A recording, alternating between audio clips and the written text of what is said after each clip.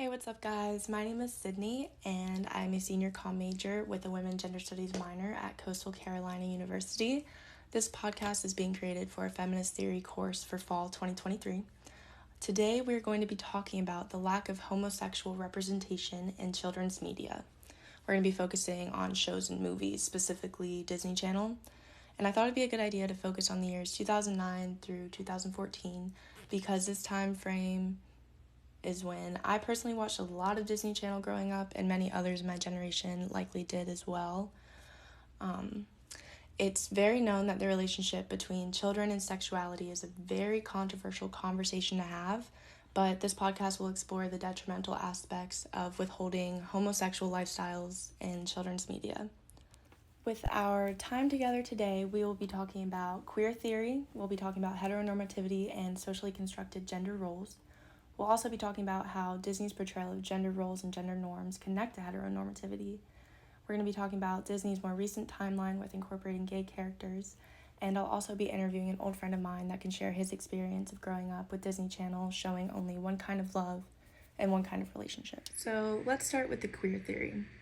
A little history behind it. It emerged in the 1990s as a feminist theory. It challenges normative categories with regard to sexual identity and sexuality more broadly. It also challenges heteronormativity, which we'll be talking about. According to Kids Channel Wiki, which is a popular source, the average ages of watching Disney Channel ranges from 9 to 15 years old. This is a recent statistic, so it could have been different back in 2009. Personally, I started watching Disney Channel around the age of 7, as did other kids my age around me. If you grew up watching a lot of Disney Channel like I did, then you probably remember shows like Sweet Life on Deck, Good Luck Charlie, Wizards of Waverly Place, Jessie, the list goes on. The list of my most watched classic Disney movies is even longer. When I watched these shows and movies as a kid, it never really felt like there was anything missing or wrong. But now when I revisit it as an adult looking at this through a feminist lens, I see that I was robbed of that early exposure of homosexual relationships. Disney had countless iconic couples throughout the years of 2009 and 2014. To name a few, Troy and Gabriella from High School Musical, Ariel and Eric from The Incredibles, Mac and Brady from Teen Beach Movie. Not to mention all the couples from Disney princess movies like Rapunzel and Flynn Rider, Anna and Kristoff from Frozen, Tiana and her prince. Through examples like these, it's obvious that Disney liked to incorporate love and romance into their stories in live action and animation. However, all these relationships were the exact same when considering sexual orientation and gender norms. Disney movies that are still considered to be classic display these same types of relationships, like Cinderella, Snow White, Mickey and Minnie, and even Lion King. Heteronormativity is certainly something that Disney had been incorporating into their storylines since the beginning. Alright, so let's talk about heteronormativity. I pulled the definition of heteronormativity from a popular source called Very Well Mind, which looks like an educational blog. This is how they put it. Heteronormativity is the assumption that everyone is straight. It's the idea that romantic and sexual relationships are always between one man and one woman. Heteronormativity assumes heterosexuality is the default sexual orientation and the only normal or natural way to express sexuality and attraction. I thought that was a great way of putting it. Just three sentences that really lay it out for you. The relationships that Disney Channel displays through their work through the 2000s assist the heteronormative mindsets of those consuming their media, which is more than likely children. According to an analysis conducted by Karen Martin and Emily Kaziak in 2009, heterosexuality is constructed through hetero-romantic love relationships as exceptional, powerful, magical, and transformative. This is how Disney portrays these couples that they create, powerful and iconic. This gives off the idea that heterosexual couples are the only couples who can gain these characteristics. Heteronormativity goes hand in hand with socially constructed gender roles. Certain gender roles have been socially constructed to be normal and exceptional. According to scholar Carrie Robinson, normal gender performances of masculinity and femininity are heterosexualized. This basically means that the socially constructed gender roles that we have in society are based only on heterosexual relationships. In the same analysis conducted by Robinson, she acknowledges how the role of heterosexuality and understandings of the construction of gender in early childhood tends to be silenced or overlooked when developing research or theories. I like the way another scholar critiques the heteronormativity in children's media. In 2018, Yakali stated in their analysis, children's popular culture pushes them into believing that segregated gender stereotypes are not only normal, but expected. They say that children learning these concepts at such a young age can form premature confusion and stigmas around these gender stereotypes. All right, now we're going to cut to my friend Chris, who's going to share his experience and his thoughts on this topic. Hi, I'm Christian Banks. I'm 21 years old, and I'm a therapeutic recreation counselor for youth and adults with special needs. It's really hard to pick a favorite Disney Channel show, but if I had to, I would probably say Hannah Montana or That's So Raven, because I thought those shows were so interesting, and I thought those shows just had some of the greatest, and I know this sounds crazy because it's Disney Channel, but they had really good storytelling in those shows, and it was really fun and interesting to watch. As a kid, I don't think I really noticed the lack of queer characters in TV, only because all I ever saw were these heteronormative relationships of guy gets the girl or prince gets the princess, you know what I mean? It was only that on TV, so I didn't even know there was this whole other realm of a prince could get a prince or a princess could get a princess. That didn't even cross my mind that was a possibility back then. Even though I knew being the prince that gets the princess was not something I wanted, I just never saw anyone do anything else than that. And so it was very confusing, and I didn't really realize that I wasn't seeing any queer people on TV at the time.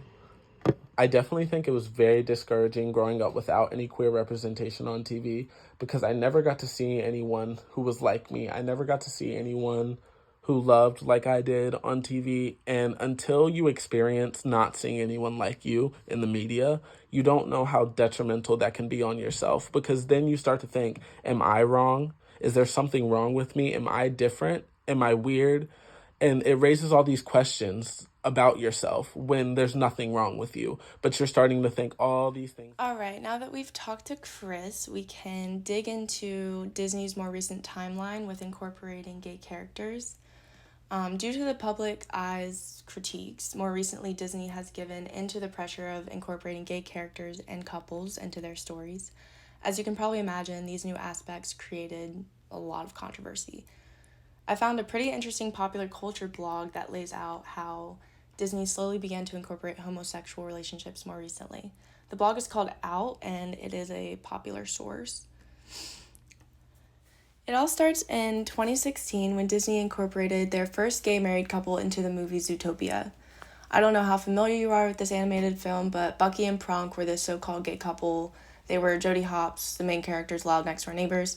Fans didn't even notice this throughout the film because it wasn't portrayed very clearly through the plot or script that they were a couple. It was only confirmed because in the credits, these two characters had the same hyphenated last name, and fans could not believe that they missed this groundbreaking couple. Also in 2016, we see our first lesbian couple in the film Finding Dory.